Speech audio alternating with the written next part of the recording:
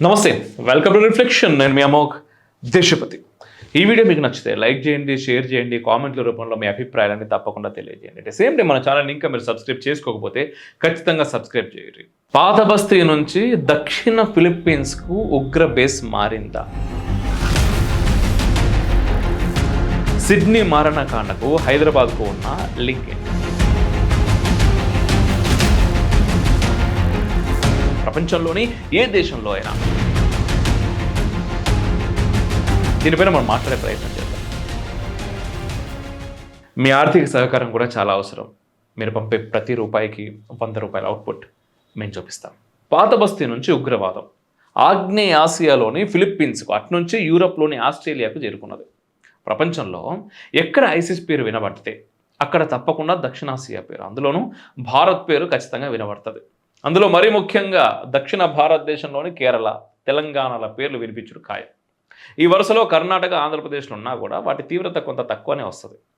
ఇటీవల ఆస్ట్రేలియాలోని సిడ్నీ నగరంలో బోండీ బీచ్లో యూదుల మీద మారణ హోమానికి ఒడిగట్టిన 2 ఉగ్రవాదులు హైదరాబాద్లోని పాత బస్తీలో టోలీ చౌకీకి చెందిన వారుగా గుర్తించారు. ఇది మీ అందరికీ కూడా తెలిసిన విషయమే. అయితే దాని నుంచి ఇంకొన్ని కొత్త విషయాలు బయటకు వస్తున్నాయి, అవి మాట్లాడుకుందాం మనం ఇప్పుడు. ఇరాక్, సిరియా పరిణామాల తర్వాత ఇస్లామిక్ స్టేట్ ఉగ్రవాదం తన మకాంను ఫిలిప్పీన్స్కు మార్చింది. 1970 నుంచే ఫిలిప్పీన్స్ ఇస్లామిక్ కార్యకలాపాలకు కేంద్రంగా ఉంటూ వస్తూ ఉన్నది. 14వ శతాబ్దం నుంచి ఫిలిప్పీన్స్ డెమోగ్రఫీ పూర్తిగా మారిపోయింది. స్థానిక తెగలన్నీ బలవంతంగా ఇస్లాంలోకి లేదా క్రైస్తవంలోకి మారడంతో ఫిలిప్పీన్స్ రూపురేఖలు పూర్తిగా మారిపోయినాయి. ప్రపంచంలోని అతిపెద్ద థింక్ ట్యాంకులు, ప్రతివ్యూహాలు రచించే సంస్థలు 2017లో ఫిలిప్పీన్స్ త్వరలో ఇస్లామిక్ స్టేట్కు కేంద్రంగా మారుతుందని స్పష్టమైన అంచనాలు కూడా చేశారు. అంచనాలకు తగినట్టుగానే ఫిలిప్పీన్స్ ఇప్పుడు ప్రమాదకర దేశంగా పరిణమించింది.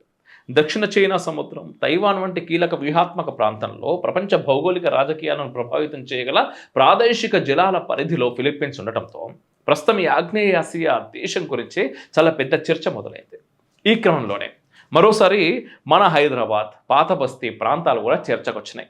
ప్రపంచ ఇస్లామిక్ ఉగ్రవాదానికి పునాదులు ఒకప్పటి హైదరాబాద్ రాష్ట్రంలోనే ఉన్నాయని కూడా చాలామందికి తెలియదు. ఇస్లామిక్ టెర్రరిజం మీద పరిశోధనలు చేసిన వాళ్ళు చాలామంది నిజాం రాజ్యంలోనే ఉగ్రవాద సైద్ధాంతిక మూలాలు ఉన్నాయని, తర్వాత కాలంలో అవి ఇస్లామిక్ దేశాలను పాకిన విషయాన్ని వారు పరిశోధించి తేల్చారు. రాబోయే రోజుల్లో ఫిలిప్పీన్స్ భారత్, చైనా, తైవాన్ వంటి దేశాలకు ఎలా అత్యంత ప్రమాదకరంగా మారుతున్నదో పరిశీలిస్తేనే ఆశ్చర్యమేస్తా ఉన్నది. ఫిలిప్పీన్స్కు నైరుతి దిక్కున మలేసియా ఉండటంతో ప్రమాద తీవ్రత మరింత హెచ్చే ప్రమాదం ఉన్నది. భారత్ వదిలి పారిపోయిన జకీర్ నాయక్ వంటి ఉగ్ర సిద్ధాంతకర్తలు ప్రస్తుతం మలేషియాలోనే ఉన్నారు. సరిగ్గా 25 ఏళ్ల క్రితం మలేషియా సైన్యానికి సంబంధించిన ఆయుధాగారాన్ని ఇస్లామిక్ ఉగ్రవాదులు లూటీ చేశారు. 2015లో 17 మంది ఇస్లామిక్ ఉగ్రవాదులను మలేషియా ప్రభుత్వం అరెస్ట్ చేసింది. కౌలాలంపూర్, మనీలా మధ్య దూరం కూడా పెద్దగా లేకపోవడం ఉగ్రవాద కార్యకలాపాలకు మరింత అనుకూలంగా మారనున్నది. ప్రపంచంలో ఎక్కడి నుంచి తరిమినా ఇస్లామిక్ ఉగ్రవాదం ఏదో ఒక దేశంలోకి వెళ్ళి బాగా వేస్తుండటం, రకరకాల కారణాల వల్ల కొన్ని దేశాలు, సంస్థలు వీళ్ళకి డబ్బు అందిస్తుండటంతో ఉగ్రవాదాన్ని నిర్మూలించడం చాలా పెద్ద సవాల్గా మారింది ఈ రోజులలో.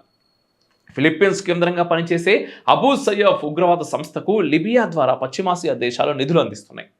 విక్టర్ బోట్ అనే రష్యా ఆయుధ డీలర్ ఫిలిప్పీన్స్ ఉగ్రవాద సంస్థలకు భారీ ఎత్తున ఆయుధ సంపదను సమకూరుస్తా ఉన్నాడు. విక్టర్ బోట్ గతంలో రష్యా సైన్యంలో, రష్యా రాజకీయాల్లో అనుభవం ఉన్నవాడు కావడంతో ఆయుధాల చేరవేత మరింత సునాయాసంగా మారుతున్నది. మరోవైపు ఫిలిప్పీన్స్ పూర్తిగా అప్పుల ఊబిలో కూరుకుపోయింది. బెల్ట్ రోడ్ నిర్మాణం కోసం చైనా విసిరిన అప్పుల వలలో ఫిలిప్పీన్స్ కూడా ఒక బాధిత దేశం. మరోవైపు ప్రపంచ బ్యాంకు చెల్లించాల్సిన అప్పులకు వడ్డీలు కూడా చెల్లించలేకపోతా ఉన్నది ఈ దేశం. ఫిలిప్పీన్స్ జైలులో మగ్గుతున్న వారికి ఆహారం అందించిన స్థితిలో ఉన్న దేశం అది. ఉగ్రవాద కార్యకలాపాలను నియంత్రించడం దాదాపు అసాధ్యమంటారు అంతర్జాతీయ నిపుణులు. సిడ్నీ ఉగ్రదాడిలో హైదరాబాద్కు చెందిన వారి పాత్ర ఉండటంతో జాతీయ దర్యాప్తు సంస్థ తెలంగాణ పోలీసులను, నిఘా విభాగాలను అప్రమత్తం చేసింది. సిడ్నీలో యూదులను చంపిన ఉగ్రవాదులు నివాస ప్రాంతమైన టోలీ చౌకీ ప్రాంతంలోనే గతంలో ఇస్లామిక్ ఉగ్రవాదులు ఐపీఎస్ అధికారి కృష్ణప్రసాద్ను కూడా హత్య చేశారు. 1992లో ఉగ్రవాదులు హైదరాబాద్కు AK-56 రైఫిళ్లను రవాణా చేశారంటే ఎంత పగడ్బందీ నెట్వర్క్ ఉన్నదో మనం అర్థం చేసుకోవచ్చు. ప్రమాదం ఇక్కడితో పరిమితం కాలేదు. రాబోయే రోజుల్లో చైనాకు సైతం ఫిలిప్పీన్స్ సవాళ్లు విసరడం ఖాయంగా కనిపిస్తున్నది. చైనాలో షింజియాంగ్ ప్రాంతంలో ప్రాబల్యం ఉన్న విగర్ ఇస్లామిక్ ఉగ్రవాదులు ఇటీవలి కాలంలో ఫిలిప్పీన్స్లోని మినాండావో దీవిలో కనిపించారని అమెరికా నిఘా సంస్థల సమాచారం సేకరించినాయి. 7,600కు పైగా దీవులున్న ఫిలిప్పీన్స్లో ఉగ్రవాద కార్యకలాపాలను నియంత్రించడం, నిఘా ఉంచడం అంత సులభ సాధ్యమైన వ్యవహారం కాదు. మినడావో దీవిలోనే ఇస్లామిక్ స్టేట్ ఉగ్ర సంస్థలు తమ బలమైన బేస్లను ఏర్పాటు చేసుకున్నాయి. ఇష్టరాజ్యంగా సముద్ర రవాణా చేసేందుకు దక్షిణ చైనా సముద్రం ఉండటం, ఫిలిప్పీన్స్పై చైనా అంత సులభంగా ఒత్తిడి తెచ్చేందుకు అవకాశం లేకపోవడంతో రాబోయే రోజుల్లో ఇస్లామిక్ స్టేట్ మరింత బలపడే అవకాశం ఉన్నది. 2 కారణాల రీత్యా ఫిలిప్పీన్స్పై చైనా ఒత్తిడి తీసుకురాలేదు. అవేంటో మనం చూద్దాం. ఫిలిప్పీన్స్లో చైనా పెట్టుబడులు ఉండటం ఒక కారణమైతే, మరో కారణం దశాబ్దాలుగా చైనా నుంచి వలస వచ్చి ఫిలిప్పీన్స్లో స్థిరపడ్డ వారే అక్కడి వజ్రాల వ్యాపారంలో ఆరితేరారు. చైనీయుల సంపదను, వారి నియంతృత్వాన్ని చూసిన ఫిలిప్పీన్స్ ప్రజలు చాలామంది చైనీయులు హతమార్చిన దాఖలాలు అనేకంగా ఉన్నాయి. చైనా రచయితలు చాలామంది ఫిలిప్పీన్ వ్యాపార వర్గానికి ఏర్పడిన ప్రమాదం గురించి పుస్తకాలు రాసిన దాఖలాలు కూడా ఉన్నాయి. ఇక్కడ పశ్చిమాసియాలోని హమాస్, హిజ్బుల్లా, హతీలపై ఈ మధ్య కాలంలో యూదు ప్రాబల్యం దేశమైన ఇజ్రాయెల్ విరుచుకుపడ్డది. పాలస్తీనా ప్రాంతాన్ని దాదాపు స్వాధీనం చేసుకున్నది. అత్యంత బలమైన సంస్థగా కొనసాగిన హిజ్బుల్లా దాదాపు నిర్వీర్యమైంది. ఎర్ర సముద్రంలో ప్రతాపం చూపించే హౌతీలు సైతం అమెరికా దాడిలో తీవ్రంగా నష్టపోయారు. ఈ పరిణామాలే ఇస్లామిక్ స్టేట్ సంస్థను యూదులపై దాడికి ఉసిగొలిపి ఉంటాయనే అంచనాలు కూడా ఉన్నాయి. యూదు, ఇస్లాం మతాల మధ్య శత్రుత్వం చాలా ప్రాచీనమైంది. కొన్ని వందల వేల ఏళ్ల రక్తసిక్తమైన చరిత్ర ఈ 2 మతాల మధ్య ఉన్నది. ఈ 2 ఎడారి దేశాలు చాలా రక్తాన్ని పారించిన దాఖలాలు ఉన్నాయి. ఇస్లామిక్ ఉగ్రవాదం కేవలం భారత్కు, అమెరికాకు మాత్రమే ప్రమాదం కాదు. ప్రపంచంలోని ఏ దేశంలో అయినా ఇస్లామిక్ స్టేట్ ప్రవేశించి మారణ హోమాలు సృష్టించగలదు. సో ఇక్కడ దీనికి వ్యతిరేకంగా ఎవరుండాలి, ఎవరు వ్యతిరేకంగా పనిచేయాలి, ఎవరు జాగ్రత్తగా ఉండాలి, అసలు ఉగ్రవాదానికి మతం లేదు అని మాట్లాడుతున్నటువంటి వాళ్ళు దేని గురించి ఆలోచించాలి. జై హింద్, మేరా భారత్ మహాన్.